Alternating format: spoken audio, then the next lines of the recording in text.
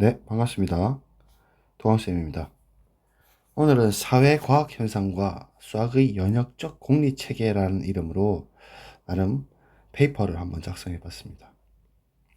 그래서 전체적으로 사회과학 현상의 본질을 설명하는 이런 특징이 전반적으로 The Great Book, 양서라고 하는 것이죠. 얘들이 다 연역적인 공리체계를 따른다는 걸 우리가 알 수 있습니다. 그래서 지명없이 받아들이는 사실을 우리가 액시옴, 공리라고 하는데, 공리체계는 모든 수학체계의 근간이고 나아가 모든 학문과 사회, 과학 현상의 어떤 핵심 관통하는 근간이 됩니다. 따라서 우리가 그 공리체계를 좀 잘 파악을 해주시면 수학이든 뭐 사실은 모든 학문의 어떤 본질을 꿰뚫는다 이렇게 볼 수가 있겠습니다. 그래서 일단 참고 자료를 우리가 같이 영상 보면서 한번 이야기를 해보죠. 이는 다큐 프라임 문명과 수학 2부 원론의 28분부터의 내용을 발췌한 것이고요. 이 영상은 2012년도에 그 다큐멘터리 대상작으로 수상됐던 내용입니다.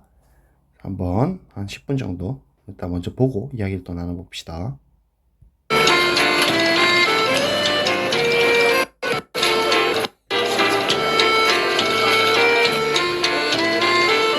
이 세상은 무엇으로 이루어졌을까? 그리스 사람들은 이것으로 논쟁했습니다. 물이다, 불이다. 논쟁은 논쟁을 낳았습니다. 말뿐인 논쟁을 하던 그들은 자기들만의 이야기 방식을 만들어냅니다. 바로 증명입니다. 그것은 수학, 당시로는 기하에서 왔습니다. 모든 기하는 점에서 출발합니다. 점이란 무엇인가가 정의되지 않으면 기하는 출발할 수가 없습니다.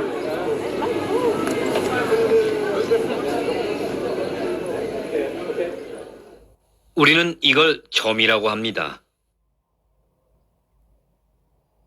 하지만 조금만 더 확대해보면 의미가 모호해집니다.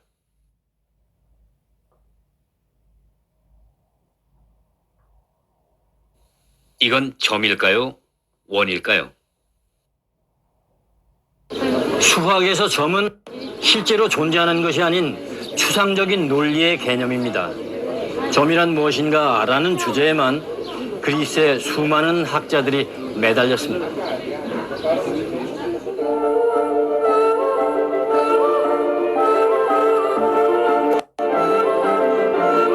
여기에 위대한 그리스의 학자들이 있습니다.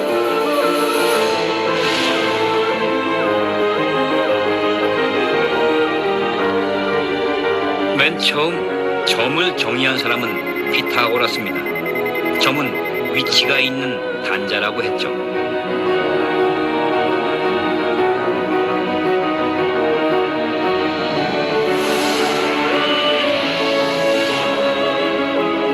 피타고라스의 제자 플라톤은 점은 선의 시작이라고 했습니다.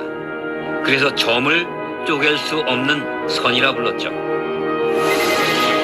플라톤의 제자 아리스토텔레스는 스승의 주장을 반박했습니다. 점이 쪼갤 수 없는 선이라면 그 끝이 있어야 한다. 그렇다면 그 끝은 무엇인가?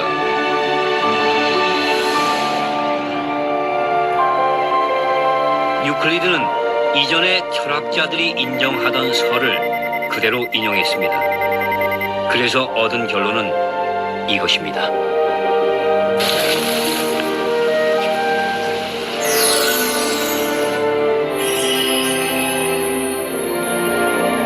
점은 쪼갤 수 없는 것이다. 점은 쪼갤 수 없는 것이다. 원론의 첫 문장입니다.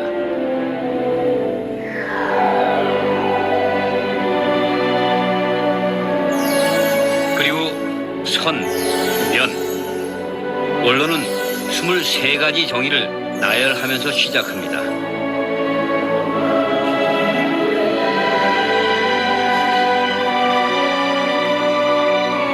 토톨레마이오스 1세의 원론 수업은 깊어집니다.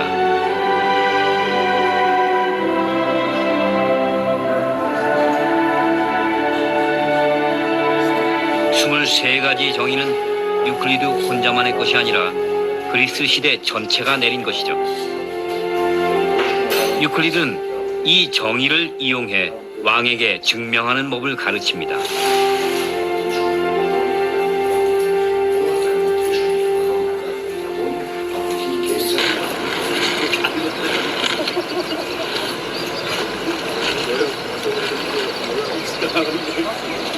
제가 제일 좋아하는 장면입니다. 원론의 방식으로 세상을 풀었던 사람들이 남긴 유산입니다. 5개의 궁중,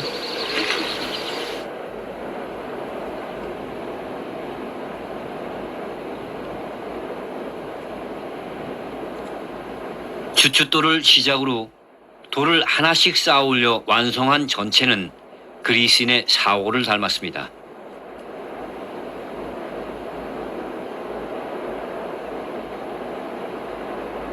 생각하는데도 주춧돌이 필요하죠. 증명할 수는 없지만 옳다고 여기는 것, 공리가 그런 역할을 합니다. 원론에는 정의 다음에 공리가 나옵니다. 자, 한번 잘 집중해서 보세요. 첫 번째 공리. 모든 점에서 다른 모든 점으로 직선을 그을 수 있다. 너무 당연한 소리인데 그리스인들은 이런 것까지 따졌습니다. 두 번째 공리. 유한한 직선이 있으면 그것을 얼마든지 길게 늘릴 수 있다. 세 번째. 임의의 점에서 반지름을 갖는 원을 그릴 수 있다. 네 번째. 모든 직각은 서로 같다.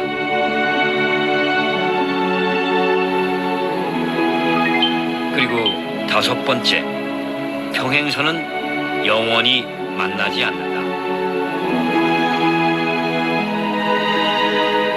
플레이 페어 공중이라고 합니다.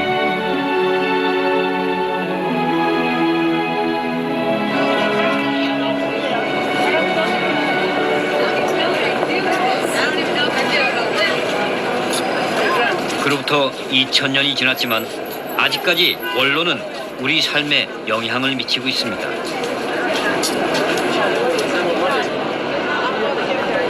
복잡해 보이지만 이 사회도 우리가 서로 합의한 공리 위에서 출발했습니다.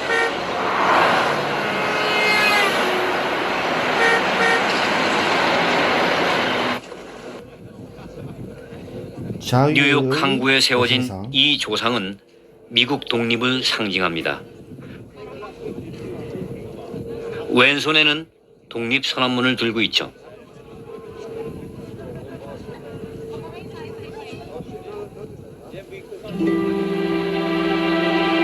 미국의 독립선언문도 원론의 구성 방식을 따릅니다. 모든 사람은 평등하게 태어났다는 공리에서 출발해 영국으로부터 독립해야 한다는 결론을 이끌어내고 있죠. 뉴턴의 프린키피아, 스피노자의 윤리학 등 많은 책들이 원론의 형식을 따르고 있습니다. 아담 스미스의 북부론이죠. 마르크스의 자본론도 있고. 원론은 수많은 석학들의 가슴을 설레게 한 완벽한 텍스트였습니다. 우리가 원론적으로 이런 얘기 하잖아요. 원론적으로. 그때 원론입니다. 자, 이거 문제 어떤 한번 길이의 집중해서 직선으로 보세요. 정삼각형을 만들어라. 원론 첫 번째 문제입니다.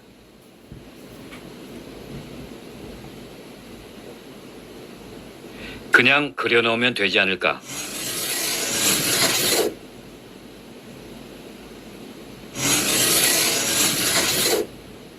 안 됩니다. 모두가 합의한 것에서 출발해야 합니다. Θα δείξουμε οριζόντιες γραμμές. 스승은 정의와 공리만을 이용해야 한다고 말합니다. Ορίσουμε το χώρο, το χρόνο και το σχήμα μας. 1번 문제는 아주 쉽고 간단합니다.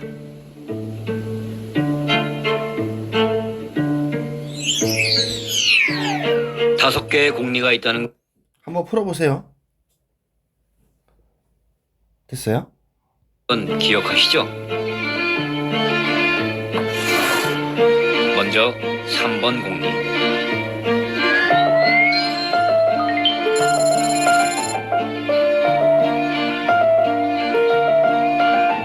원을 그립니다. 또 하나 그릴 수 있죠. 그 다음은 1번 공리입니다.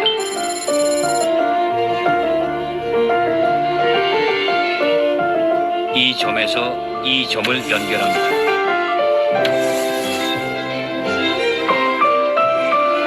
끝났습니다. 세 변이 모두 한 원의 반지름입니다. 길이가 같으니까 정삼각형이죠. 이렇게 해서 쭉 진행하는 거예요. 피타고라스 정리까지. 그 이상까지. 피타고라스도 자신의 직각 삼각형을 원론의 방식으로 증명했습니다. 오늘날에도 모든 수학자들이 이 증명 방식을 씁니다. 피타고라스로 시작해 유클리드로 완성된 원론은 영원히 수학의 언어가 됐죠.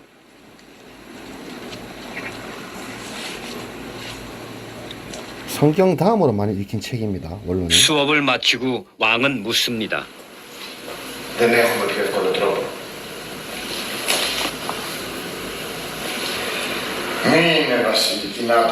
기하학에는 왕도가 없습니다. 여러분도 혹시 왕도를 찾습니까? 스킬 쉬운 방법.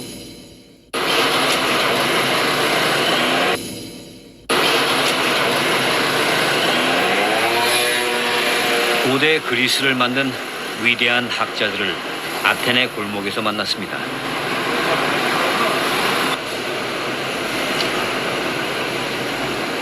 그들이 사랑했던 엄밀한 논증의 세계에 잠시 머물렀습니다.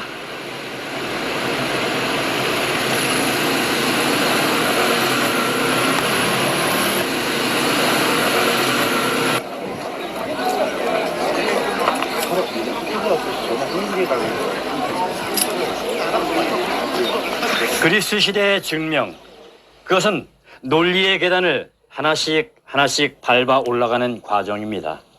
비약은 허용되지 않습니다.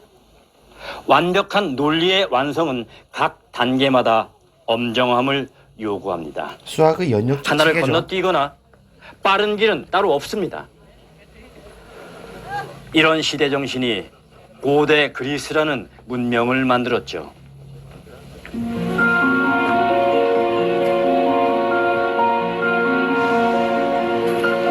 어려운 얘기였습니다. 그러나 중요한 얘기죠.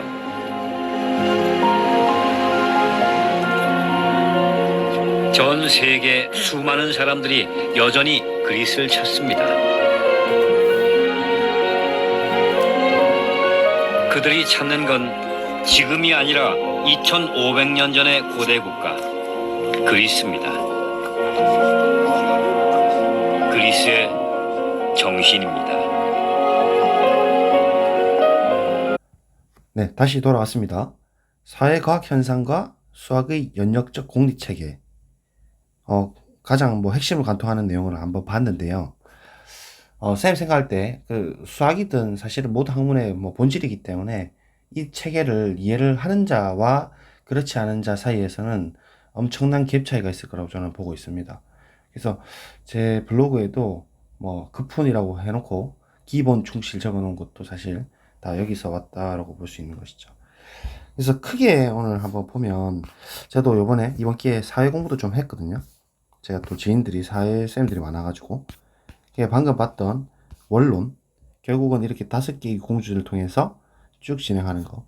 근데 5번째 명제를 부정해서 타원기하, 쌍곡기하를 이렇게 만들어내서 새로운 또 기하 체계를 만들 수가 있거든요. 그래서 그 내용에 대한 이야기는 또 이렇게 제가 한번 정리를 해봤으니까 간단하게 한번 보시면 될 것 같고, 가우스. 아까 봤던 미국의 독립선언문도 결국은 모든 사람은 평등하게 태어났다 등 6가지의 내용을 가지고 결국은 영국으로부터 독립을 해야 된다라고 당위성을 인정하는 아주 중요한 문서입니다. 뉴턴의 프린키피아, 뭐 아시다시피 그 우리 뉴턴의 만류인력 법칙이죠. 사가 떨어진 거 보면서.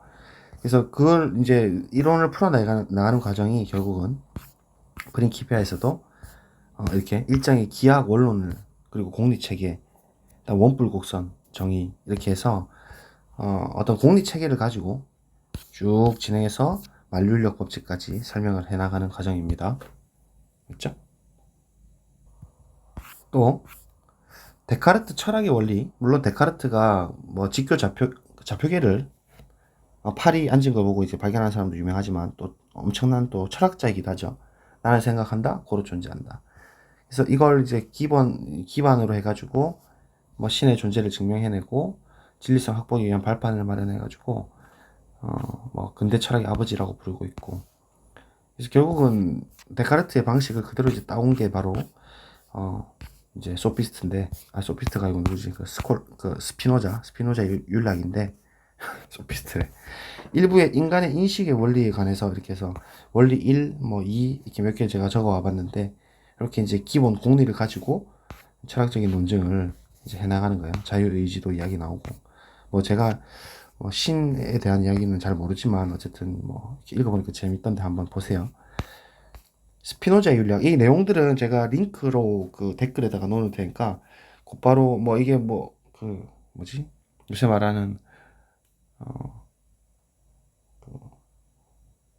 뭐라 해야 되나, 그건 아니거든요. 갑자기 생각이 안 나는데, 사기치고 이렇게 하려는 게 아니고 보이스피싱이다 그래. 그런 건 아니니까 그냥 링크 들어가시면 됩니다. 스피노자 윤리학도 그래서 데카르트의 방문론을 좀 따라가지고 엄청 어렵긴 한데, 신은 절대적으로 무한한 존재자이다. 신은 존재하고 추상적이고 비개인적이다. 그래서 이걸 이제 코나투스 이렇게 해서 이 개념을 가지고 쭉 윤리학에 대한 정의를 펼칩니다. 과학적인 방식을 좀 넣는 것이죠. 이런 것들이 전부 다 또 유명한 뭐 아담 스미스의 국부론, 지금 뭐 경제학의 어떤 뭐 원론서라고 보는 거죠. 그래서 뭐 보이지 않는 손 이런 것도 보셨을 것이고, 자유시장 경제 핵심 원리를 이게 기본적인 한 7개 정도의 대전제를 가지고 국부론의 이론 전반을 제시하는 것이죠. 개인은 자신의 이익을 추구하는 사회적 이익을 증진시킨다. 시장은 개인의 행동을 조정해서 최적 결과를 도출한다. 뭐 개인의 경제활동은 자율적이다. 경쟁을 통해 혁신과 성장을 촉진한다. 정부는 시장의 자율성을 침해하지 않아야 된다. 뭐 이런 것들. 근데 이제 이 내용을 그대로 이제 수용을 하되 어떤 몇 개의 명제를 부정을 취해가지고 혹은 다른 개념 좀 들고 와서 결국 아이디어는 똑같죠. 원론의 방식과. 칼 마르크스의 자본론. 그래서 이제 정치 경제의 비판을 주고 뭐 이제 애덤 스미스 대표하는 고전 경제학자를 이제 착시 현상이다. 자연스러워 보이도록 어떻게 하는 것이다. 이렇게 해서 뭐 이 내용도 굉장히 어렵지만 어쨌든 결국은 그런 체계를 좀 따르고 있다라고 봐지고, 뭐 또 제일 가까운 예로는 우리 법률 체계도 그렇죠. 헌법 같은 거 보시면 결국 우리가 보시면 알다시피 헌법, 법률, 대통령령, 그다음 총리령, 부령, 행정규칙 뭐 이렇게 떨어지잖아요. 그래서 이런 것들도 결국은 법률 체계 제1장 총강의 대한민국은 민주공화국이다. 이번 대한민국의 주권은 국민에게 있고 모든 권력은 국민으로부터 나온다해서 이거를 근거로 해서 헌법은 적어도 국내법의 모든 다른 법령보다 최고 지위를 가진다. 그러니까 공리처럼 보이는 것이죠. 따라서 대한민국 헌법이 대한민국 최고법이고 헌법과 일반 법률의 규정이 충돌하면 헌법이 우선적 지위를 가지게 된다. 이렇게. 그래서 제가 예전에 막 인문사역을 전부 다 이렇게 수학적으로 나누려고도 해봤는데 실제로 그게 뭐 의미 있는 행동은 아니지만 이렇게 우리가 여러 가지 양서들, The Great Book이라고 하는 것들을 보면 결국 아이디어가 우리 원론에 있는 아이디어를 차용해서 갖고 온다라는 거죠. 원론이라는 게 성경 다음으로 많이 읽힌 어떤 서양의 핵심적인 아이디어죠. 그래서 이제 저는 수학적 이론의 특징을 이제 연역적 공익책에 따른다 해가지고 이제 수학을 조금 이제 대비를 시켜 놨거든요. 그래서 이것도 논문을 뭐 쓸지는 안 쓸지 모르겠지만 그래서 이를 이제 집합과 명제의 개념으로 주고 트루스 테이블 진리표를 사용해서 일단은 명제를 전반적으로 논리학으로 조금 기조를 잘 쌓고, 그 다음에 뭐 제가 늘 쓰는 한정기호, 전친과 존재기호 있죠. 이거를 좀 소개를 드리고, 일단 부정규칙 이렇게 해서 일단 기루법 원리도 이렇게 넣어놨습니다. 뭐 제 제자들은 기루법 원리, 기루법 제가 많이 쓰는 거 알 거고, 그 다음에 이제 두 번째로 실수의 공리체계인데, 이거는 어떻게 보면 해석하기 앞부분이기도 하고, 하지만 사실 영상 같은 거 돌아다니다 보면 마마는 왜 플러스일까? 뭐 이런 것도 있죠. 그 다음에 뭐 왜 마이너스 곱하기 플러스는 마이너스냐? 왜 AB가 0이면 A가 0 또는 B가 0이냐? 이런 원론적인 질문에 대한 이야기를 이 공리 체계를 통하면은 아이들을 이제 예쁘게 만들 수가 있는 것이죠. 덧셈에 대해서 결규학력, 곱셈에 대해서 결규학력, 그리고 플러스 곱셈의 좌분, 우분배 법칙, 이렇게 9가지 공리를 가지고 0, 1이 유일하다.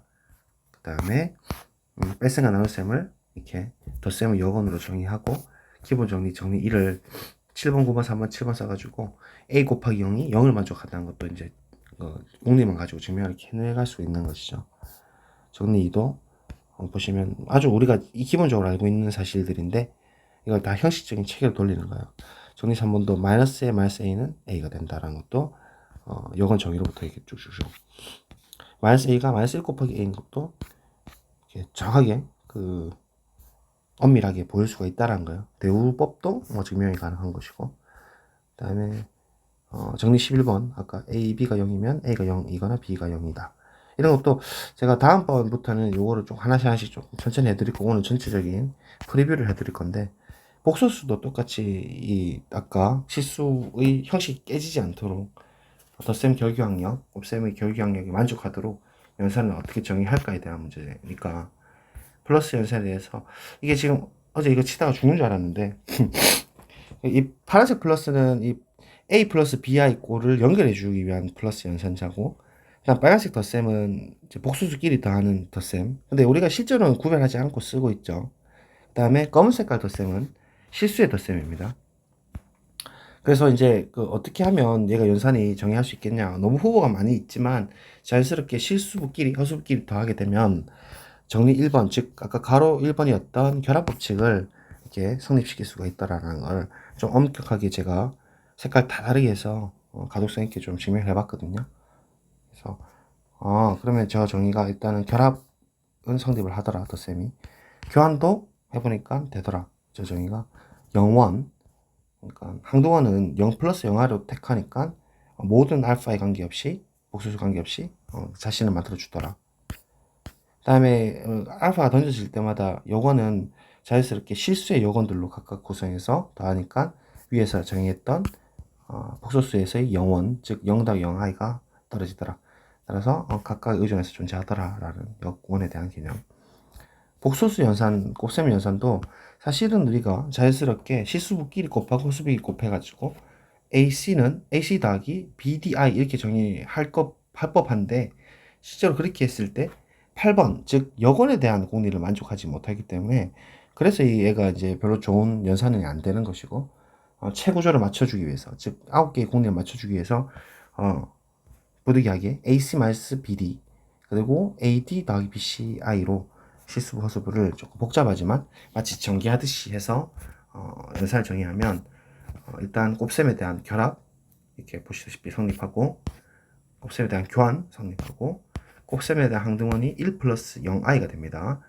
그 다음에 곱셈에 대한 요건도 이렇게 지금 인버스가 a 플러스 bi가 있을 때 의존해서 적어도 하나는 0이 아니니까 실수부가 0이 아니든지 허수부가 0이 아니라서 일반상 아닐 거 a가 0이 아니라고 하면 a제곱 더하기 b제곱은 분명히 0이 아니기 때문에 분모에 들어가서 이렇게 인버스가 a제곱 더하기 b제곱분의 a 더하기 a제곱 더하기 b제곱 마이너스 b 이렇게 해서 택하게 되면 위에서 말한 i, 즉 1 플러스 0i를 만족시키도록 할 수가 있다라는 겁니다.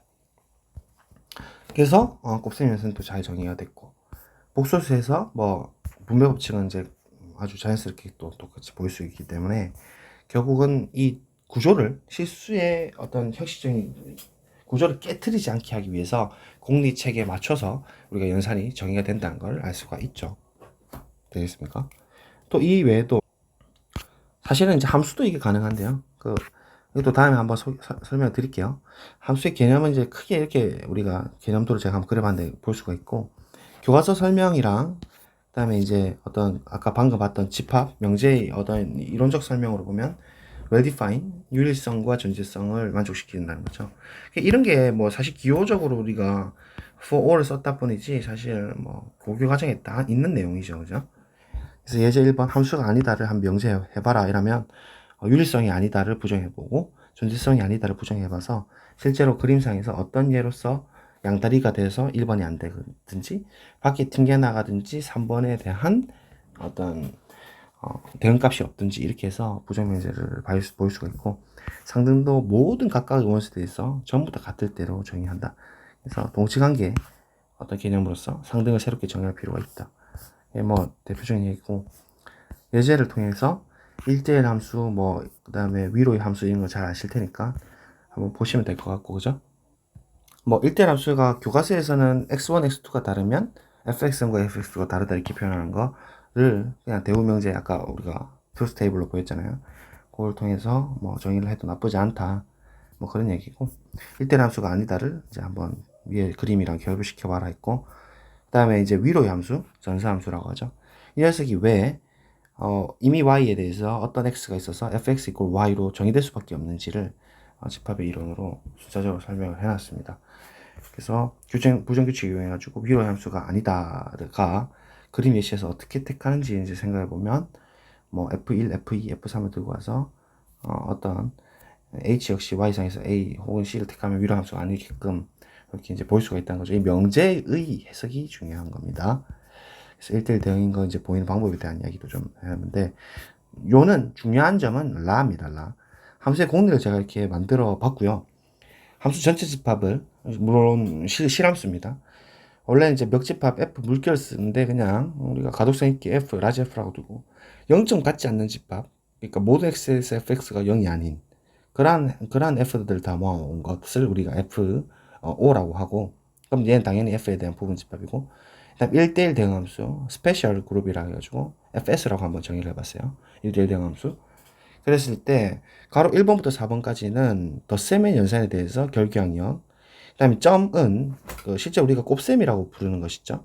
그래서 곱셈의 결합교환, 항등원인 1, 그 다음 여건. 1이란 것은 이때 1은 숫자 1이 아니고 함수로서 1 함수가 누구냐. F가 던져질 때 F0란 말은 이 말이 0점이 없는 함수에 대해서 F분의 1이라는 녀석, 즉 F의 여건으로서 1 함수를 만들어주는 F분의 1은 누굴까? 이런 의미거든요. 함수의 의미입니다. 그 다음에 이제 우리가 합성 컴포지션 연산이죠.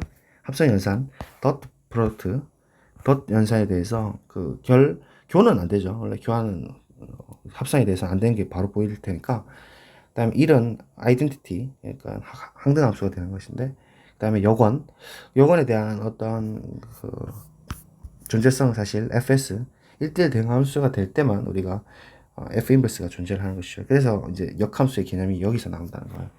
그래서 이 구조를 만족시키는 게 바로 함수의 공리인데, 얘를 어떻게 연산을 정의해야지 옳은지에 대한 이야기예요. 그래서 덧셈 연산은 역시나 자연스럽게, 그래서 제가 항상 우리 수능에도 많이 나오지만 덧셈 함수, 곱셈 함수, 합성 함수를 잘 구별하고 라인별로 특정점, 확실점 찾아서 찍고, 라인별로 곱하든지 부호 찾든지, 덧셈은 라인별로 더해가지고 어떻게 0점을 찾든지, 합성 함수는 n축을 그려서 그리든지, 이렇게 늘 함수를 그래프로 설명하는 어떤 근간이 되는 게 이 이론입니다. 제가 기하만 그래프만 해라 이런 게 아니고, 이런 대수적인 체계도 굉장히 중시를 합니다. 사실 수학의 시작과 끝이라 했어요, 분명히.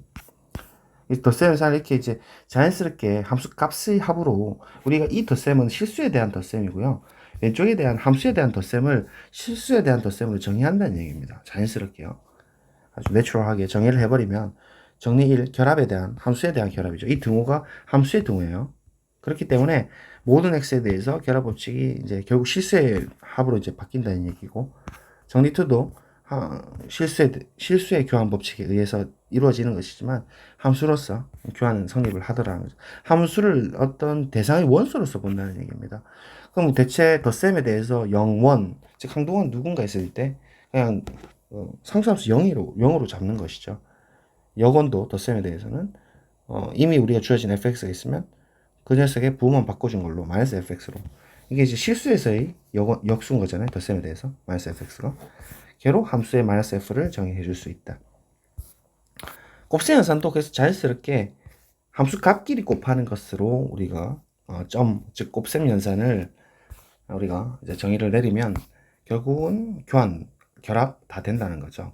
왜냐면 실수에서의 결교가 되기 때문이고, 그 다음에 곱셈에서 1함수는 그냥 상수인 1함수, 상수함수 0점을 갖지 않기 때문에 fx가 0이 아니어서 이렇게 분수함수로 정의가 가능하고, 실제로 곱했을 때 1을 만들어낸다. 정리 7에서 썼던 항등원 1을 만들어내기 때문에 역시나 이 구조도 만족시킬 수 있다.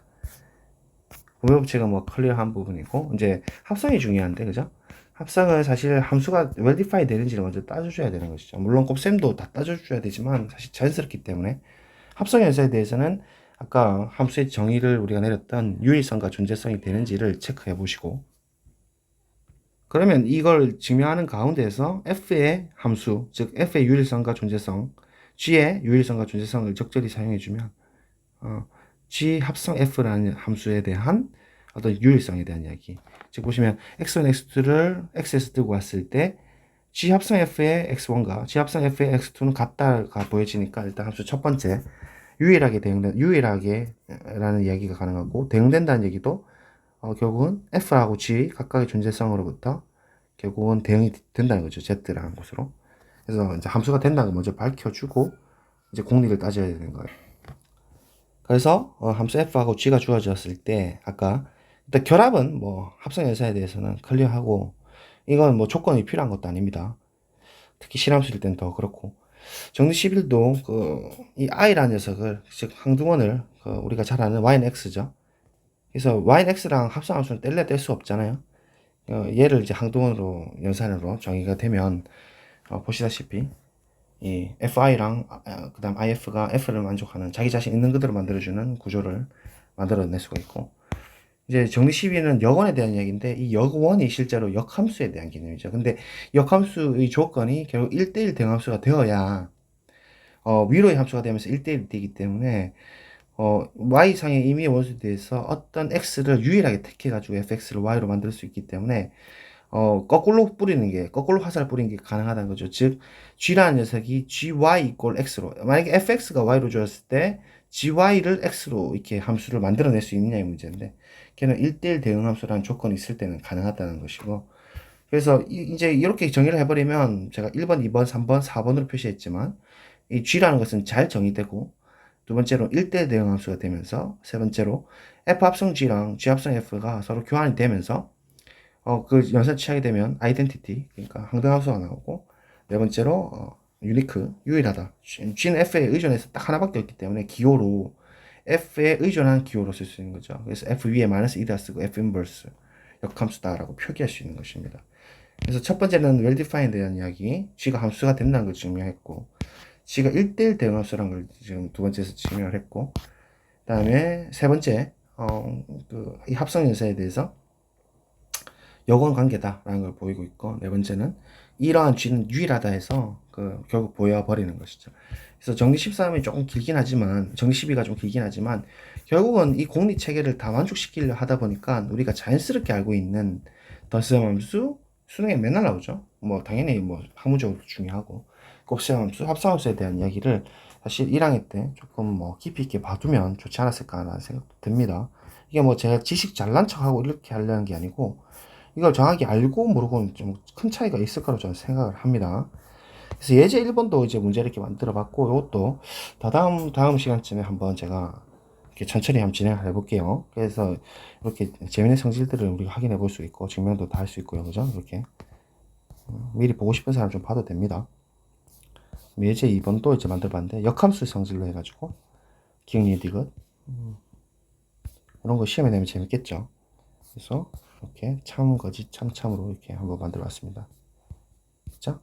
그래서 이렇게 참, 거짓을 밝히고 증명하는 가운데서 새로운 이론이 나오기도 하고, 새로운 정의가 나오기도 하고, 뭐 예배 배제를 하든 괴물 배제를 하든, 아니면 뭐 완전히 그냥 새로운 이제 정의를 만들어냈든 이제 할 수가 있는 거거든요. 수학적인 진행이 가능하고 또 그러면서 좋은 아이디어가 나오기도 하고 발레가 나오기도 하고 그런 거예요. 그래서 항상 명제를 만나면 참일까 거짓일까 추론한 다음에 실제로 증명을 하는 가운데서 어떤 성질을 밝히고 이렇게 하는 것을 추천드려요. 그게 과학적인 방법이기도 하고. 이렇게 뭐 그 공리체계가 있는 게 얘만 있는 거냐? 그렇지도 않아요. 뭐 기하를 선택한 친구들 혹은 서형대수 뭐 공대를 가면 반드시 해야 되는 부분 중에 하나인데 벡터 공간 지난번에 한번 설명드렸지만 덧셈 벡터 연산에 대해서 덧셈이 well defined 돼서 결교 항력 M1, M2, M3, M4고 두 번째 역시나 스칼라 곱이죠. 스칼라 곱은 물론 벡터끼리 곱은 아니고요. 실수를 앞에다가 취해가지고 나올 수 있는 연산이 벡터가 된다는 얘기인데 S1은 그 스칼라를 섞어가지고 결합에 대한 이야기고 두 번째는 바로 항동원 1 함수로 실수 1로서 항동이 된다는 얘기고 3번, 4번은 좌분배, 우분배 법칙 이렇게 8개를 만족하면 공리를 만족하면 얘를 벡터 스페이스라고 하거든요. 정확하게는 실수 리얼 넘버 시스템 위의 벡터 스페이스가 되는 거예요. 아무튼 그러면 이제 행렬에 대한 이야기도 가능하고 뭐 적분도 사실 벡터 스페이스가 될 수 있고 이제 이런 이야기들이 가능한 거거든요. 그래서 이 기본 정리들이 참 별건 없지만 이거 정말로 이제 아름답게 생각하는 사람들이 많습니다. 이때부터 수학의 눈이 새로 뜨이기도 하는데 정말로 이 위에서 이야기한 O 이거 영벡터가 유일한가 이 이야기부터 이제 시작을 하는 거죠. 형식만 가지고 그래서 앞에 있는 공리체계만 써가지고 아까 우리 정사각형 작도하듯이 맞죠? 앞에 3번하고 그다음 1번만 써가지고 정사각형 만들잖아요. 그냥 그리면 안 되고 그런 거 똑같이 하나밖에 없는 것 같긴 한데 그냥 그렇게 믿고 넘어갈 게 아니고 정확하게 수학적인 과학적인 방법으로 논증을 해내서 연역적인 체계를 쓰는 거예요. 그죠? 그래서 아까 봤던 실수의 공리 체계랑 그렇게 다르지가 않습니다. 거의 같은 방향으로 이렇게 흘러나가는 거고 부등식도 이런 식으로 공리 체계가 있어요. 그러니까 3분법 그래서 A가 B랑 같거나 A보다 B가 크거나 B가 A보다 작거나 이렇게 세 개 중에 하나고 둘 다 양수면 합도 양수고 곱도 양수다가 두 번째고 세 번째는 순서를 그대로 보존한다는 거.